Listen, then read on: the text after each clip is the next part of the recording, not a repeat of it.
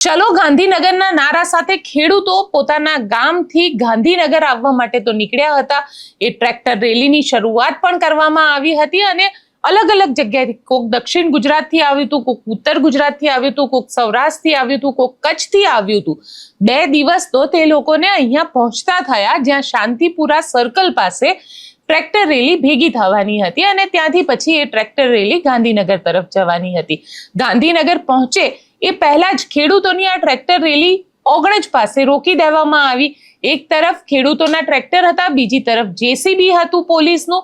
આ બધાની વચ્ચે કોંગ્રેસે એક સભાનું આયોજન કર્યું હતું અને આ સભાનું આયોજન જે ઓગણજની અંદર કરવામાં આવ્યું હતું ત્યાં આગળ બબાલ થઈ।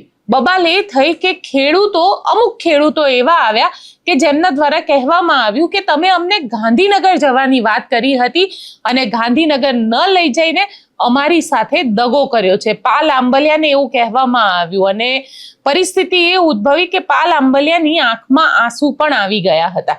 પણ આ બધી વસ્તુને સમજવાની જરૂર છે। સમજવાની એટલા માટે જરૂર છે કારણ કે એક તરફ કોંગ્રેસ હતું, એક તરફ આમ આદમી પાર્ટી હતી અને આ બધાની વચ્ચે ક્યાંક જે સરકાર છે, સરકારને હવે એ ખબર પડી ગઈ છે કે ખેડૂતો પોતે વિખેરાઈ ગયા છે, ખેડૂતોની એકતા તૂટી ગઈ છે, તે લોકો એક નથી અને ક્યાંક જે કોંગ્રેસ કરવા માંગતી હતી તે આમ આદમી પાર્ટીએ થવા ન દીધું અને આમ આદમી પાર્ટી જે કરવા માંગતી હતી તે કોંગ્રેસે થવા ન દીધું। પણ પોતાના રાજકીય ફાયદામાં ખરેખર નુકસાન કોનું? તો નુકસાન ખેડૂતોનું થયું છે કારણ કે ખેડૂતોનું આ આંદોલન જે હતું એ આંદોલનને ક્યાંક તેમને સફળતા સુધી પહોંચાડવાનું હતું અને સફળતા એ હતી તેમની કે જો તેઓ ગાંધીનગર સુધી પહોંચી ગયા હોત, ગાંધીનગર પહોંચ્યા હોત, સરકારને રજૂઆત કરી હોત અને સરકારે ત્યારે પોતે નિર્ણય લેવો પડ્યો હોત કે હવે એક જે કંપની છે એ કંપનીના થાંભલા ત્યાં નખાશે કે નહીં નખાય। તો તમને આ બધાની વચ્ચે એ પણ કહી દઈએ કે જે